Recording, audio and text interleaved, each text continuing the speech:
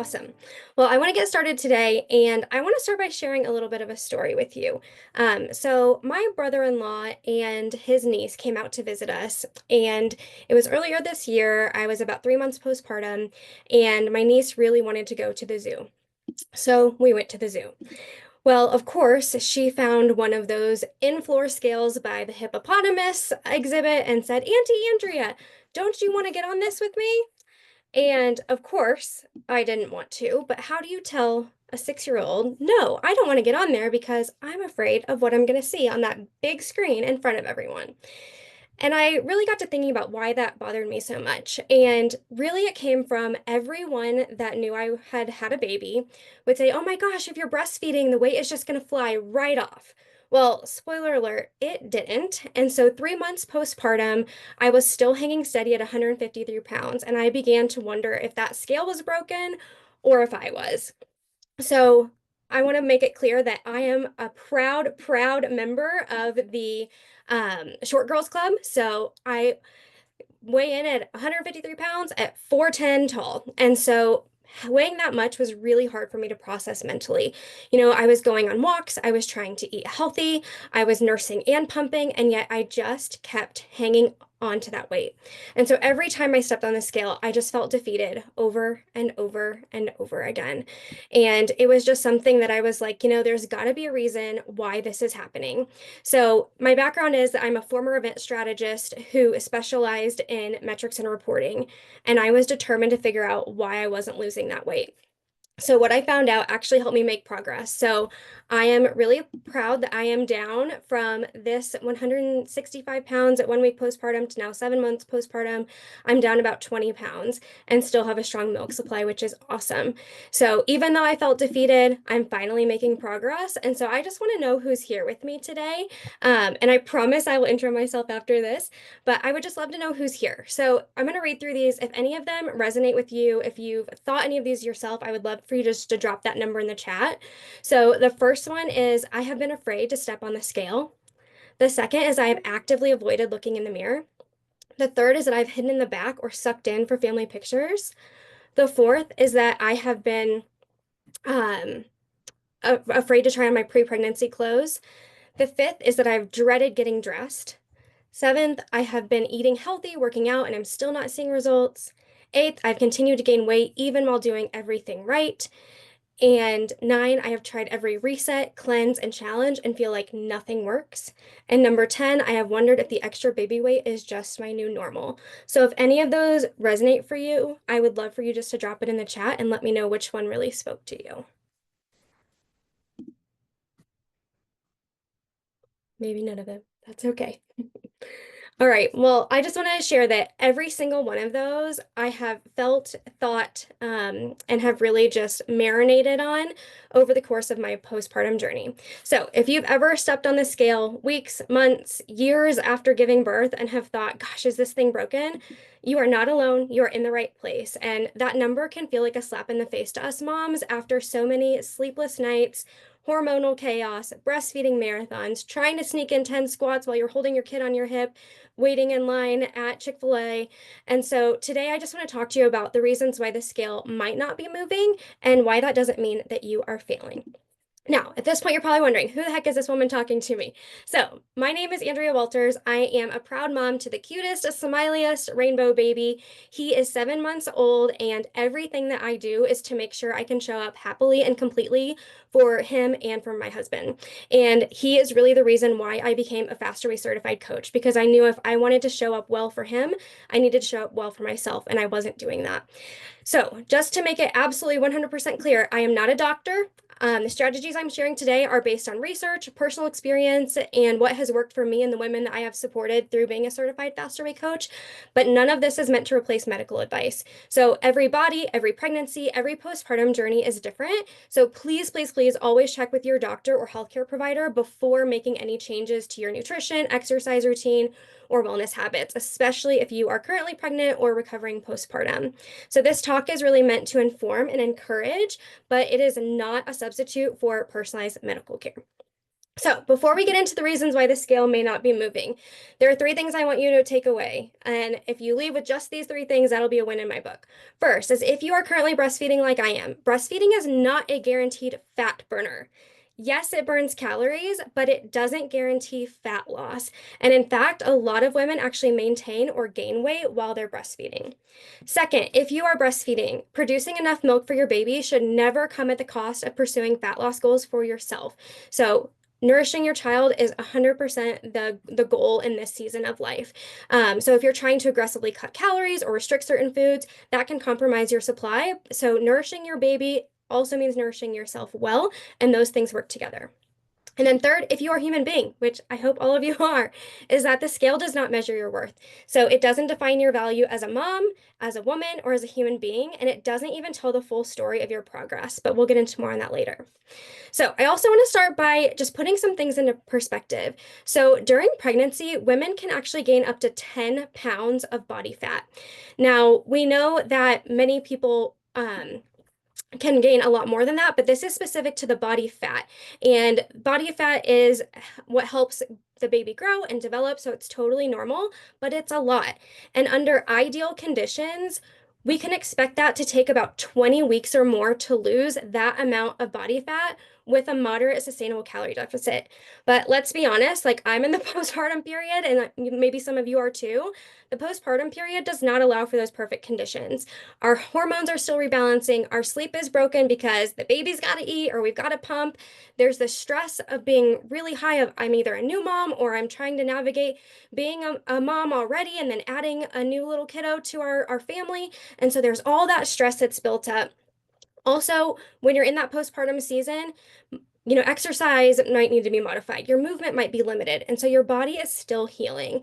So if you're in that postpartum season like I am and you're feeling like it's taking too long, it's not. You're just navigating one of the most demanding seasons of your life. And now, if your little one is a little bit older and you still feel stuck, that's okay too, because maybe you never found the time to get back in shape. Maybe you are still short on sleep. Maybe you're still stressed out. Maybe you are still putting everyone else's needs above your own. And you may even be approaching perimenopause. So we know that there are so many things in flight for moms that really put us through the ringer. And weight loss is really difficult when we have all of those things that we're combating. So as we get into the why the number on the scale may not be changing, just remember that as moms, we have a lot going on and you are not too far gone. You are not behind. You are exactly where you need to be to start. So I want to start with the first reason why the scale might not be moving, which is you are not eating enough. So what I see a lot with postpartum moms is that they often eat less on purpose in hopes of bouncing back. Or they unintentionally don't eat enough because they're so busy caring for baby that they forget to actually sit down and eat real meals. And then for seasons moms, it's just a day of snacking on the go where we're going from soccer practice to violin practice. We're going all over the place. And so just being on the go is really difficult to actually consume enough calories. And then there are some moms that I work with that just kind of buy into the old eat less, move more theory. That we'll get into why that isn't always effective in a little bit. But here's the thing with undereating is that when your body doesn't get enough calories, it can actually enter into starvation or survival mode. And that's when your metabolism actually slows down to conserve energy and causes your body to store excess fat. And just for reference, you've probably heard the word metabolism before, and simply put, it's the process of turning food into energy. So when we don't get enough food, our metabolism doesn't know what to do. Now, that doesn't just mean to eat more of anything. So you really need balanced meals. And that balance comes in the form of two types of nutrients, macronutrients and micronutrients. So macronutrients you've probably heard of. These are the three components that your body needs in really large amounts. So lean proteins, healthy fats, carbohydrates. Micronutrients are the vitamins, minerals, and other compounds that your body needs in smaller amounts for it to function well. So instead of going crazy with a high protein diet or cutting out all carbs, it's really best to eat balanced meals full of nutrient dense food. So a good rule of thumb is making sure that each meal has a lean protein, a healthy fat, a complex carbohydrate, and fiber. Now, fiber is something that a lot of people overlook. When I first became a certified faster weight coach, I was getting maybe 10 grams of fiber a day, and we typically want to see women getting 25 grams. So, fiber is something that is so overlooked, but it's really important, especially in the postpartum period. So, not only are fiber rich foods more filling, that helps you prevent overeating, it helps maintain a healthy digestive system, and it can help stabilize your blood sugar level. So, all of those things can help support fat loss. Now, I also want to take a minute to talk about carbs because carbs get a really bad rap, but they shouldn't because you actually need carbs to lose fat. You also need them to help restore hormone balance and support your thyroid function. So, low carb diets can actually stress your system even more, especially if you're in the postpartum recovery season, which just makes your body cling to that fat and suppresses your metabolism. It disrupts your thyroid function. And so, the end of the story here is that healthy carbs are your allies, not your enemies. So, our key takeaway from undereating is that getting enough calories of nutrient dense food will help your body metabolize stored fat. So, there are a few things that you can try doing. Number one is start tracking what you're eating. If you get really clear on how much you're actually eating, that can help you understand if you are overeating, undereating, or if you're kind of right where you need to be. Now, if you are in that bucket of severely undereating, then it's time to start kind of rebuilding your metabolism by getting out of that chronic calorie deficit. And you can do that by aiming for at least 3 balanced meals per day. So, again, those include a lean protein, a healthy fat, a carbohydrate, and fiber. And trying to avoid overly processed foods will also help. So, at the Faster Way, we have a saying that if it comes from the ground or has a mother, it's fair game. So, essentially, you want to eat your food in its most natural state as possible. You also want to add back in what I like to call smart carbs. So things like sweet potatoes, oats, and fruit. And then if you are low on fiber, gradually increase it and make sure you're drinking enough water. Otherwise, you will likely have some digestive discomfort. Take it from me. So we typically recommend that women aim for about 25 grams of fiber a day. But like I said, if you start tracking what you're eating and you notice you're really low, just gradually increase that over time. Now, the second reason why the number on the scale may not be budging is inflammation. So, inflammation is not just a buzzword. It is one of, I would say, the sneakiest reasons why the number on the scale isn't moving. So, inflammation can cause bloating, water retention, joint pain, and ultimately that scale sabotage when you think that you're doing everything right. So, where does inflammation come from? Well, vaginal births, C-sections, stress, poor nutrition, sleep deprivation, all of those things can trigger an inflammatory response in your body. And if you're in that postpartum season, you're probably checking a few of those boxes. So, I want to kind of break down the three biggest culprits. The first one is poor nutrition. So, when you eat lots of foods that are highly processed, that have a lot of high saturated and trans fats, are filled with added sugars, that can lead to inflammation. Now, this is coming from someone who basically lived off of Lucky Charms in my third trimester. So, just saying, I know sometimes we are in that season. And as moms, it's so easy for us just to grab something quick to go and not realize how much that it's impacting our inflammation in our body. So just be really mindful about those snacks that you're getting. The second big culprit that we see for inflammation is chronic stress. Stress is a major trigger, and if we're all honest here, motherhood is stressful. It is probably more stressful than any corporate job I've ever had. And when the stress is constant, it spikes cortisol, and that weakens your immune system, which basically keeps you in this low grade state of inflammation forever and ever, which is not ideal. Now, the third culprit is lack of movement. So, physical inactivity is really closely linked to chronic inflammation. When you're not moving your body regularly, it can slow down your circulation and contribute to the inflammatory response. Now, that doesn't mean that you need to engage in high intensity exercise every single day. It means moving with intention to support healing and help your body function at its best. So, in the postpartum season, one thing that I really like to encourage moms to do is baby wearing. Just walking around with your kid on gets your body moving instead of just sitting in place. So, just that gentle movement. So, all that to say that the weight on the scale may not be fat, It might be water, it might be inflammation, it might be a sign that your body is still healing, and that is wonderful and beautiful.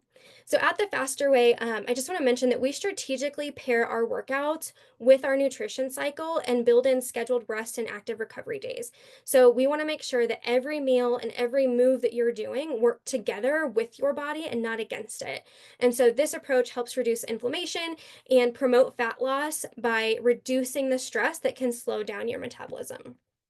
So, our key takeaway here is that chronic inflammation can hinder fat loss efforts and make it seem like the scale isn't moving, even when you're making healthy changes. So, it's really important to reduce as many inflammation inducing habits as possible. So, things that you can do are, like I said, avoid highly processed foods and focus on eating nutrient dense foods that help your body heal and promote the release of that stored fat. So, that means choosing foods in their most natural state as possible. You can also try eating some anti inflammatory foods, things like fresh fruits, leafy greens, olive oil. I love ginger, so ginger is a really good one. And having a snack bag ready to go that you can pull from any time that has healthy snacks. So I grabbed mine before I came in here. This is my little snack bag. And so a lot of these things I love because they're one ingredient. So solely has fruit jerky, literally one ingredient, pineapple. Bear, one ingredient, bananas or apples. Dry roasted edamame. Rind. I love these rind. Also Navitas. They have these little powered snacks. So basically just preparing yourself to know like I'm on the go or I'm nap trapped or I'm breastfeeding and I'm that hunger hits. So having those good healthy grab and go snacks available is really helpful. Also, for reducing inflammation, engaging in that gentle movement, walks, stretching, low impact strength training, things that get your body moving and circulation flowing. And then the last one is finding simple ways to manage stress. So maybe that's snuggling your baby in a dark closet, listening to your favorite music, or maybe it's taking 5 minutes to scream into a pillow. Both of those I've done, so no judgment here, but just finding ways to manage stress, like whatever you can do there, is really, really helpful. Now, next up, a reason why the scale might not be moving is poor sleep. So, sleep deprivation isn't just exhausting, literally, it is one of the biggest hidden roadblocks to fat loss. So, just 5 nights of disrupted sleep can lower your insulin sensitivity, spike your hunger hormones, promote inflammation, and disrupt your immune system. Now, as moms, I mean, sleep can be tough to come by. Like, hello, every 2 to 3 hours, getting up in the middle of the night to feed, or waking up panicked because you forgot to schedule that play date that you promised your little one and now you can't get back to sleep because you don't know how you're going to break it to them in the morning. Like, sleep is really hard for us moms. But look, when you are not sleeping well, ghrelin, which is your hunger hormone, goes up, leptin, which is your fullness cue, goes down, and cortisol, which is your stress hormone, spikes. So what that means is that you have more cravings, you feel less satisfied after you're eating, you continue to add to those already high stress levels, and your body just holds on to fat because it's in that survival mode. So, if you remember in the beginning, I wondered if I was broken. I'm not, and neither are you. We are just exhausted because being a mom takes a lot of energy, takes a lot of effort, it takes a lot of time. And so we just have to find ways to get our sleep better. So, our key takeaway here is that sleep deprivation directly affects your hormones, metabolism, and fat storage. So, if your sleep is disrupted, which it absolutely will be if you are a mom, just give yourself grace. So, focus on restorative moments, not perfection. So, things that you can do. First, optimize your sleep environment. Things like blackout shades, sound machines, humidifiers. I personally love the canopy humidifiers. We have two of them.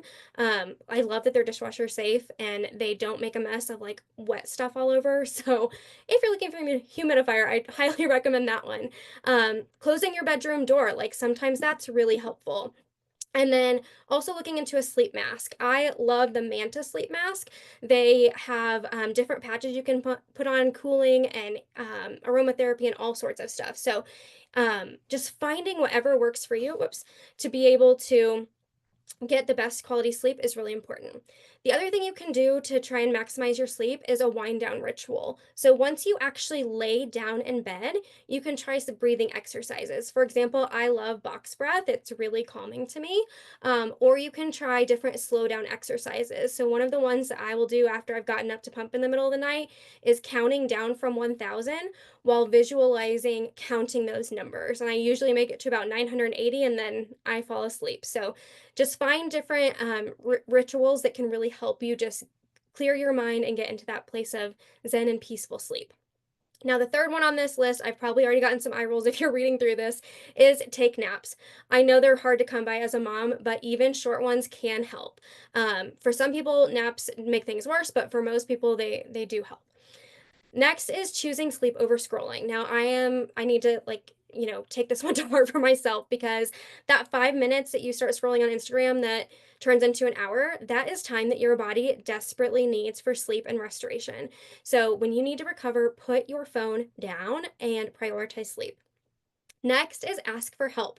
When we think about the naps, ask your partner, ask your mom, ask your friend, ask that person that at church that keeps saying, "Hey, do you need anything?" Let people help you. And I know it's really hard for us moms to do that, especially for me. Like, I just want to do everything myself, or I feel like I'm failing. And that brings me to the last point, which is stop feeling guilty for not doing enough. We are all doing more than enough, and rest is not a luxury. It is essential. It is a necessity for us. So try to get as good of sleep as you can.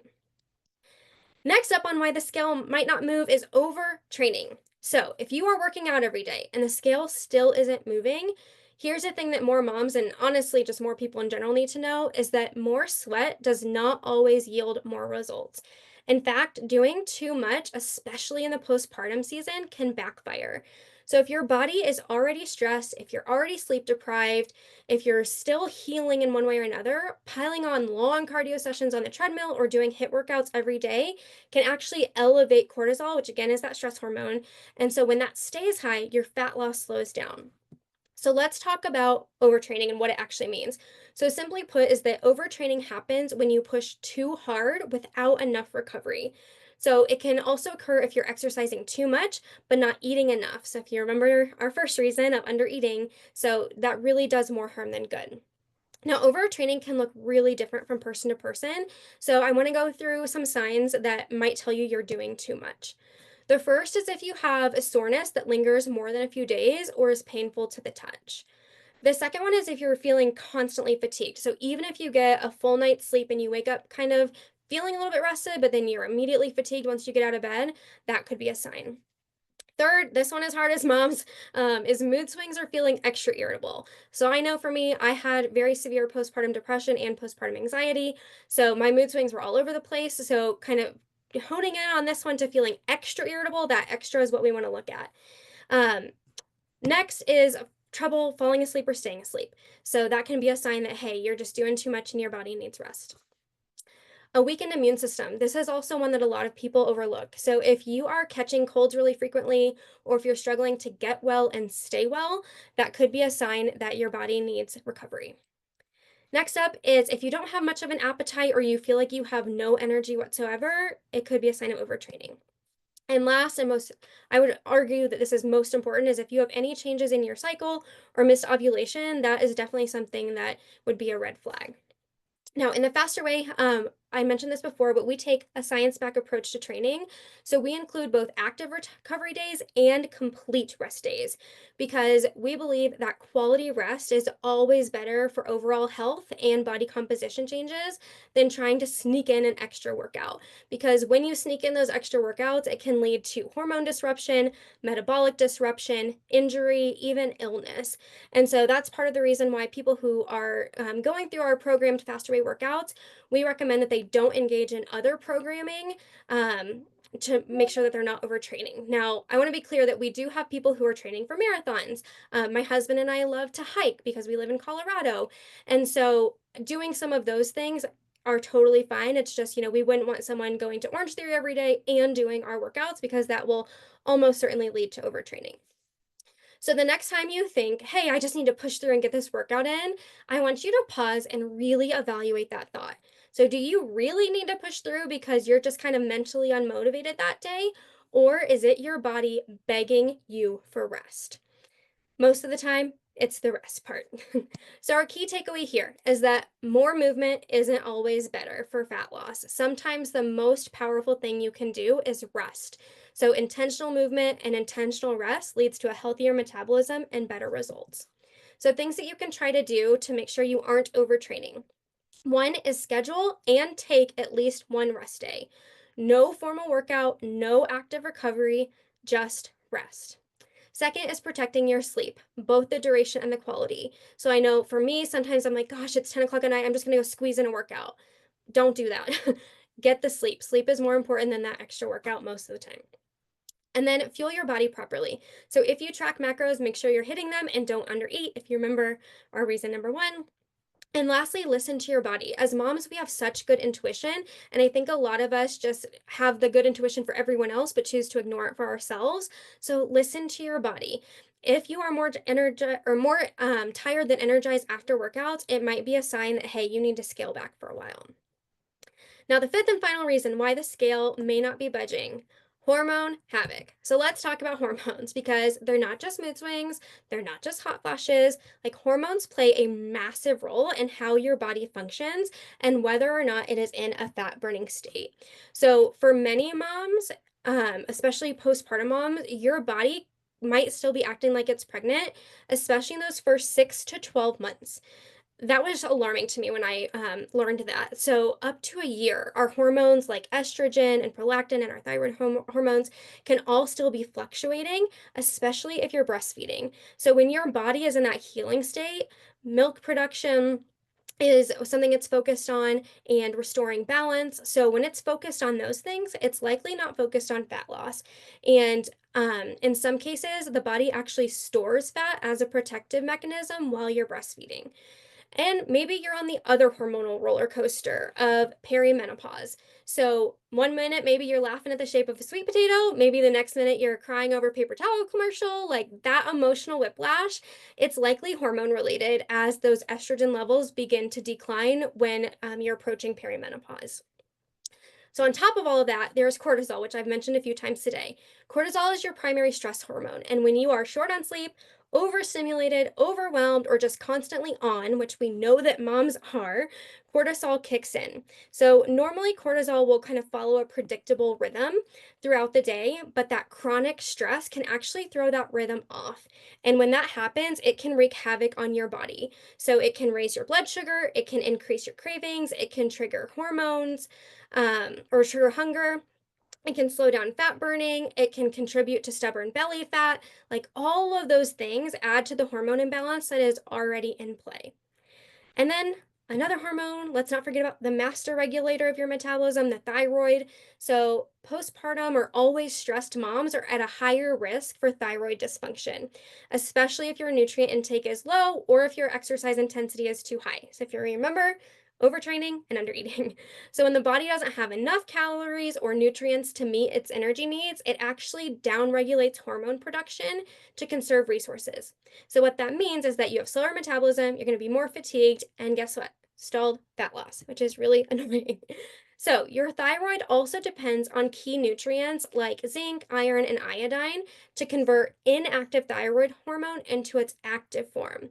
So without enough of the right nutrients or with that chronic stress that's suppressing that function, your metabolism can slow down pretty significantly. So that's why it's really important to eat a variety of whole nutrient dense foods. So when stress is left unchecked, we also have our adrenal glands that suffer. So these disrupt thyroid function further by reducing hormone conversion, damaging your gut lining, decreasing thyroid sensitivity, and interfering with how your body clears excess estrogen. All of which reduce your body's access to that active thyroid hormone. So, again, that means more fatigue, more weight retention, and more dang frustration. So, our key takeaway here from Hormone Havoc is that you cannot fight biology, but you absolutely can support it. So, a few things you can do. Assuming your doctor has cleared you for exercise, again, focusing on that gentle, effective workouts that support your system rather than stress it. Eating with nutrient density in mind. Things like dark, richly colored fruits and vegetables, high quality protein. Also, thinking about fiber rich and protein rich meals that can help with prioritizing blood sugar balance. Also, again, managing that stress. So, some coping habits, saying no more often. I know, again, like with moms, it's so hard for us to say no. Another thing you can do to manage stress, and this is a big one for me as an introvert, is avoiding people and places that stress you out. Like, sometimes we know it going in and we still choose to do it. Like, why do we put ourselves in that situation? So, practice stress management the best you can. Setting boundaries is also a really good one, and reframing, like what is truly urgent versus what can wait. I know as a mom, we have a mile long list of things to do, but not all of those need to be done right now. And then finally, give your body time and grace because healing is not linear and we are all going through something different. All right, so those are your 5 reasons, but you should know that my top love language is gifts. So we're going to give you a few bonus reasons why the number on the scale might not be moving. First up is trust. So your body may not trust you yet. If you are feeling like you are doing everything right, it could be that your metabolism doesn't trust you. Years of yo yo dieting or constantly being stressed out at work about the never ending to do list, things at home, all of that tell your metabolism to slow down and play defense. So between pregnancy, stress, antibiotics that you might be taking, your gut may be like, hey, WTF, what is going on? So all of those things that impact your gut health and an imbalanced gut microbiome can impact your metabolism. They can also impact inflammation and cravings, but that doesn't mean that you can't make progress. So, fueling your body consistently with high quality food, moving your body intentionally, giving your mind and your body rest, those are things you can do again to help your body learn to trust you. Second is you're backed up in one way or another. So during pregnancy, your blood volume can increase up to 50%. That is a lot. And so obviously that takes time to normalize. And also, if you're in the postpartum season, you are holding on to fluids, especially if you are breastfeeding. And so let's be real, like a lot of moms are chronically constipated, especially if they've had stitches, pelvic floor trauma, anxiety around going to the bathroom. I know I did after I had an unplanned C-section. So that number on the scale might include literal backup. And then third is water weight. Um, so hormones, sodium, stress, inflammation, even one new hard workout can cause your body to retain a few extra pounds of water, sometimes even overnight. So some women report seeing the scale jump up 3 to 5 pounds, but that is not fat. That is fluid, and it's usually temporary as your body adjusts. So, look, we know that moms check a lot of the boxes we've talked about today. We're eating on the go, we're not resting enough, we feel stressed out all the time. But there are things we can do to intentionally support healing and simplify our lives and actually see results. No more scale paralysis, just progress. So, out of all the things I shared today, there are definitely 4 key themes that can support your health journey. So, I want to go over those real quick. The first is the type and quality of the food that you're consuming. So that can impact your body and your overall health. So focus on fueling your body with nutrient dense foods in their most natural state as possible. Second, again, more movement does not always mean more progress. So be really strategic and intentional about moving your body. Next is being well rested is essential to your body functioning at its best. Make getting quality sleep and rest a priority and try to optimize your sleep environment based on your needs and preferences. And last is reducing stress to the best of your ability, which I know as a mom is really hard to do. So, now that we've had some insights into why that number on the scale might not be moving, I do want to have a quick heart to heart with you about that little box on your bathroom floor. So, the scale, the thing we've been talking about for the last 30 minutes, it gets just way too much say in how we feel about our progress, especially postpartum, especially as moms. And so, at the Faster Way, we emphasize something much more powerful: non-scale victories. Because here's the truth is that the scale is not going to tell you slept better last night. It doesn't reflect your energy and how it's improved and that you can actually keep up with your toddler running around the house. It doesn't show you how much stronger you feel when you're lifting your daughter in and out of the car seat. It doesn't measure your mental clarity or your ability to focus. It doesn't tell you that you have reduced bloating or the fact that those jeans that you couldn't slide on before are now sliding on easily. All of those things are victories and they count a lot. And so that brings me to one final little bonus that you have likely heard before, but I think it bears repeating is the good old muscle versus fat scenario. So even when your body is changing, the scale may not reflect it because 1 pound equals 1 pound. By definition, weight is the amount or quantity of heaviness or mass, not the consistency of that object or what it's made out of. So 1 pound of body fat is going to look a whole lot different than 1 pound of lean muscle, since muscle is denser than fat, meaning it takes up less space. So even if you are losing inches, the scale might stay the same or it might even go up slightly. And that is called body recomposition. So your body is shedding fat and building lean muscle at the same time, something that happens a lot as moms start to build their strength back up and nourish their bodies appropriately. But the scale doesn't see that because it only shows you total weight, not what that weight is made of. So if your pants fit better but the scale isn't moving, that's progress. If you're able to lift heavier weights and are feeling more energized but the scale hasn't budged, that's also progress. So, our final takeaway, the scale is just one data point. And honestly, it's not even the most reliable one during this stage of life. So, it doesn't measure your energy, your ability to focus, your strength, or your happiness. So, believe me when I say that the scale is not the best way to measure progress, but here are some ways you can look at your progress. First up, progress photos. I know, like taking pictures of yourself can feel like the absolute worst thing in the world, but when you see how different your body looks, it's really, really satisfying. Also, think about your clothes. Are they fitting differently? Those jeans used to have to suck in, but now you can just slide them on? That's great. Are you less bloated? Do you have more energy? Do you feel like your sleep is better? When we think about working out, how strong do you feel? And you know what? Track your performance. Like, what weights are you lifting today compared to 2 months ago? And what weights do you want to be lifting 2 months from now? Your heart rate, is it able to come down and you're able to recover quicker after high intensity efforts? So, measuring progress can be about so many more things than the scale.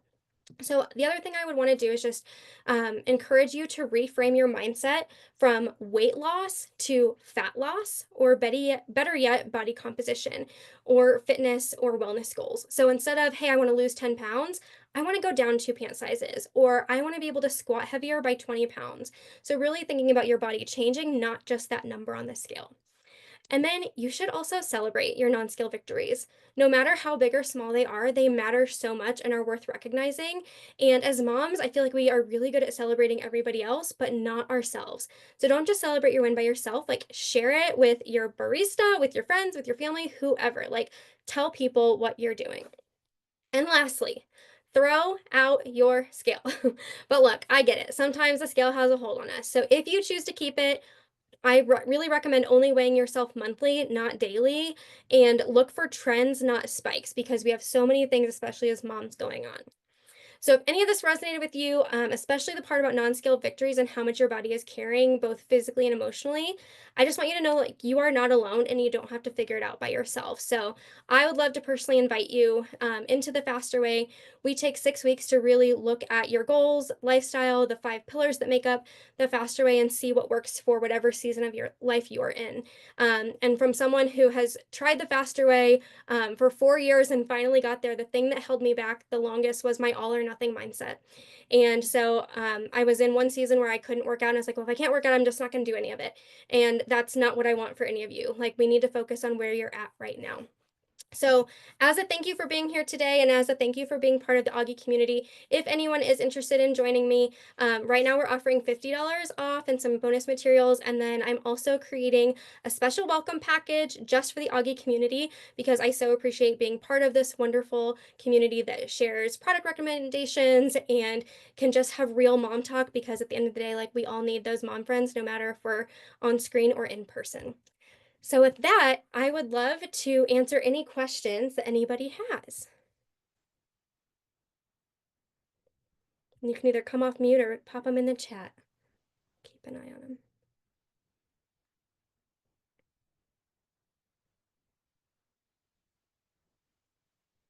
Nothing?